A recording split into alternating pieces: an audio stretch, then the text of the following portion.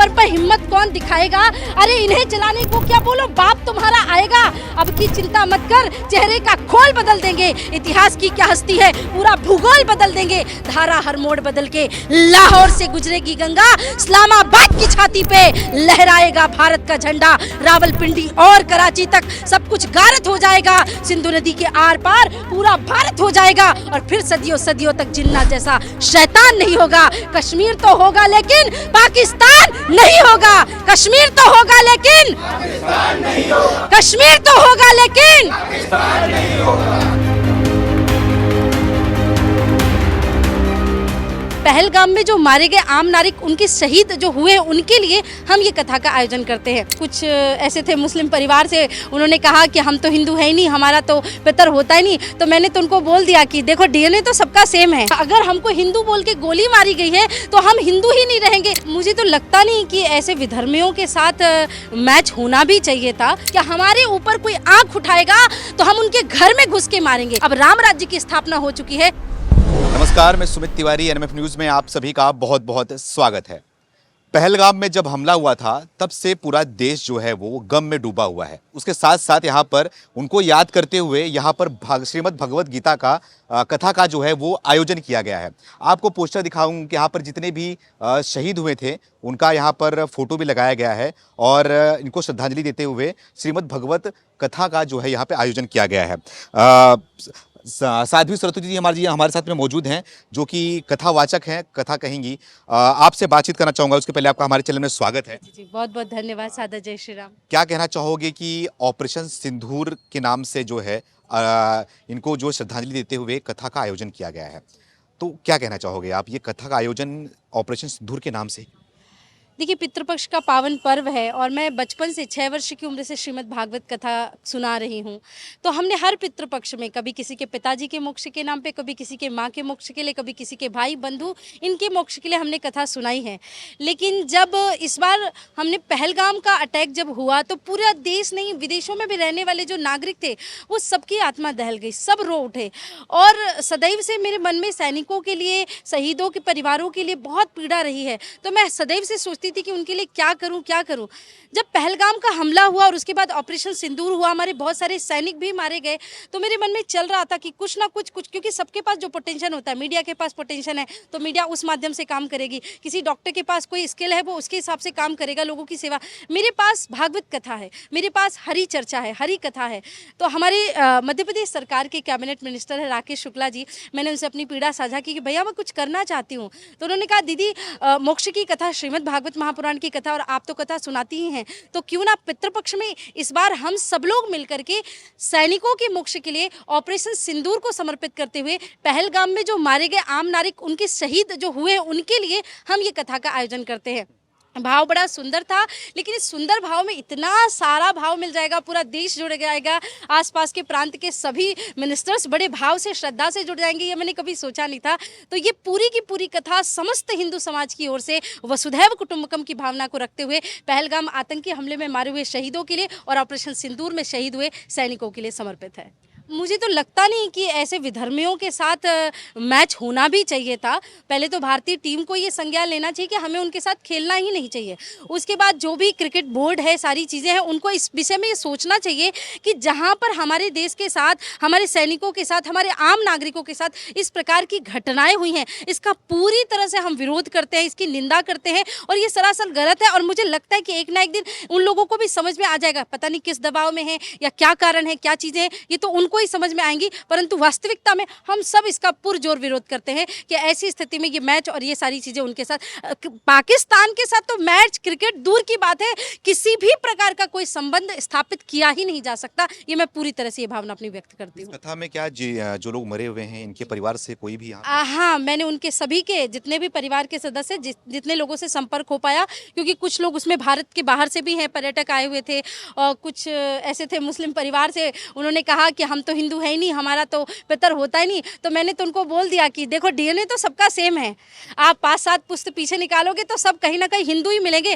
तर्पण तो हम आपके नाम का भी करेंगे। तो कोई आते हैं तो बहुत बढ़िया स्वागत है उनका। हमने सबको आमंत्रण दिया है, उनके परिवार वालों को, उनके सगे संबंधियों को, आसपास के क्षेत्रों को। और मैं आपको एक और बात बताती हूँ, ये जितने लोग हैं या जितने भी सैनिक मारे गए हैं ऑपरेशन सिंदूर के समय पे, वो सब मेरे भाई, मेरे बंधु, मेरे पिता हैं। तो साध्वी सरस्वती और राकेश शुक्ला जी मच इनफ है उनके परिवार की तरफ से, उनके लोगों की तरफ से उनको श्रद्धांजलि और श्राद्ध अर्पण करने के लिए। क्योंकि कुछ लोग तो ऐसे भी हो गए कि जिन्होंने धर्म ही परिवर्तित कर लिया, उनके परिवार वालों ने, क्या अगर हमको हिंदू बोल के गोली मारी गई है तो हम हिंदू ही नहीं रहेंगे।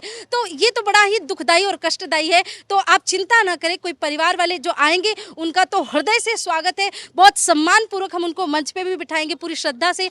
लेकिन अगर लोग इस तरह की बातें करेंगे कि हम हिंदू हैं इसलिए मार दिया गया तो हम नहीं आएंगे, तो कोई बात नहीं, साध्वी सरस्वती इनके पूरे परिवार की तरफ से इनका श्राद्ध और इनका तर्पण करेगी। तो ऐसे लोगों को क्या बताना चाहोगे, क्या बोलना चाहोगे जो उनके परिवार वाले भी हैं, जो दुखी हैं और जो इस तरीके का घटनाएं भी कर रहे हैं? जो मैं तो बस देखिए इतना ही कहना चाहती हूँ कि ये वास्तविकता में देश में अभी स्थिति बहुत सुधरी है। आपको ऐसा लगता है कि ये देश अभी सुरक्षित नहीं है, चीज़ें अच्छी नहीं है, इससे बहुत पहले बहुत सारी चीज़ें ऐसी होती थी, खबर में आती नहीं थी। अब तो बात यह है कि कम से कम डंके की चोट पे, चाहे पुलवामा का हमला हो, चाहे पहलगाम की घटना हो, हमारे देश के यशस्वी प्रधानमंत्री जी ये दावा करते हैं कि हमारे ऊपर कोई आंख उठाएगा तो हम उनके घर में घुस के मारेंगे। पहले तो केवल निंदा की जाती थी और सिर्फ बातें बंद कर दी जाती थी, अब तो कम से कम बोला भी जाता है, घर में घुस के मारा भी जाता है और उसकी प्रतिक्रिया पूरी दुनिया को पता भी चलती है।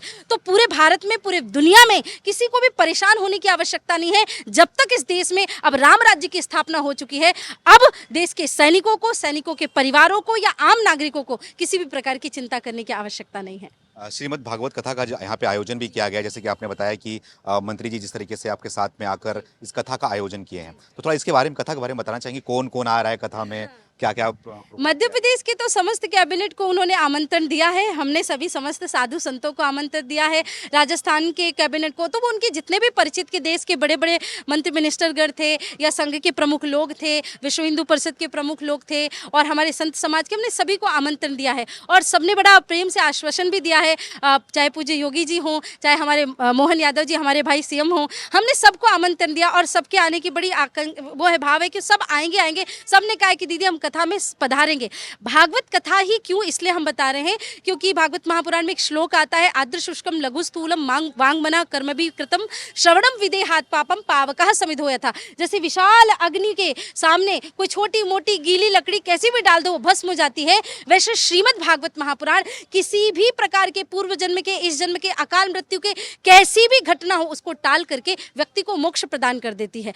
परंतु मैं एक बात और ऐड ऑन करना चाहती हूँ कि सैनिकों को और शहीदों को मोक्ष की आवश्यकता नहीं है, क्योंकि जिस दिन वो वर्दी धारण कर लेते हैं और जब वो भारत माता के लिए शहीद होते हैं, उन्हें अपने आप मोक्ष मिल जाता है। मैं तो देश की एक आम नागरिक होने के नाते, एक बेटी होने के नाते, इनकी बहन होने के नाते बस अपने कर्तव्य का निर्वहन कर रही हूँ। और उसमें सबसे बड़ी बात यह है कि मंत्री जी का कहना यह था कि दीदी कहीं ऐसा तो ना हो कि शहीदों के मोक्ष तो लोग उसको गलत ना ले। मैंने कहा कि अगर वही शहीद परिवार वाला आपका भाई होता तो क्या आप पितृपक्ष में उसका तर्पण नहीं करते? तो वो बड़े प्रसन्न हो गए और उन्होंने कहा कि बिल्कुल, अब मैं उनका तर्पण मेरे भाई, मेरे बंधु, मेरे सखा की तरह ही करूंगा। तो ये एक तरह से आप कह सकते हैं कि हमारे परिवार की कथा है, हमारे सैनिकों की कथा है, हम समस्त भारतवासियों के परिवार की कथा है। तो आप सभी का, जितने भी लोग एनएमएफ न्यूज़ में देख रहे हैं, मैं आप सबसे हाथ जोड़ के प्रार्थना करती हूँ, केशव धाम श्री धाम वृंदावन में 1 बजे से 4 बजे तक कथा चलेगी।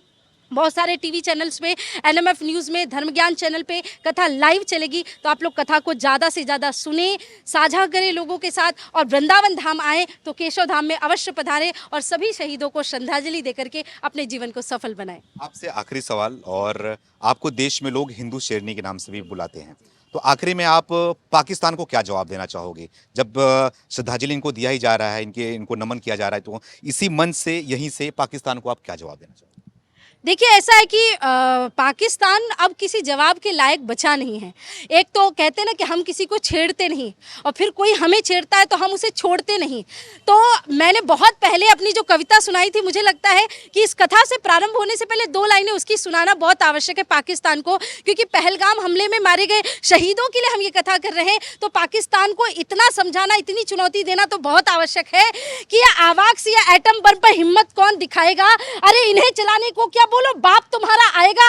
अब की चिंता मत कर, चेहरे का खोल बदल देंगे। इतिहास की क्या हस्ती है, पूरा भूगोल बदल देंगे। धारा हर मोड़ बदल के लाहौर से गुजरेगी गंगा, इस्लामाबाद की छाती पे लहराएगा भारत का झंडा। रावलपिंडी और कराची तक सब कुछ गारत हो जाएगा। सिंधु नदी के आर पार पूरा भारत हो जाएगा और फिर सदियों सदियों तक जिन्ना जैसा शैतान नहीं होगा। कश्मीर तो होगा लेकिन पाकिस्तान नहीं होगा। कश्मीर तो होगा लेकिन कश्मीर तो होगा लेकिन बहुत बहुत धन्यवाद। बहुत धन्यवाद। जय श्री राम। जय श्री राम। तो हमारे साथ में साध्वी सरस्वती जी मौजूद थी। 15 तारीख से लेकर 21 तारीख तक जो है यहाँ पे कथा का आयोजन किया गया है। आप भी कथा में हिस्सा ले सकते हैं, कथा में आ सकते हैं और जो हमारे शहीद हुए हैं पहलगाम में उनको श्रद्धांजलि भी दे सकते हैं। बहुत धन्यवाद।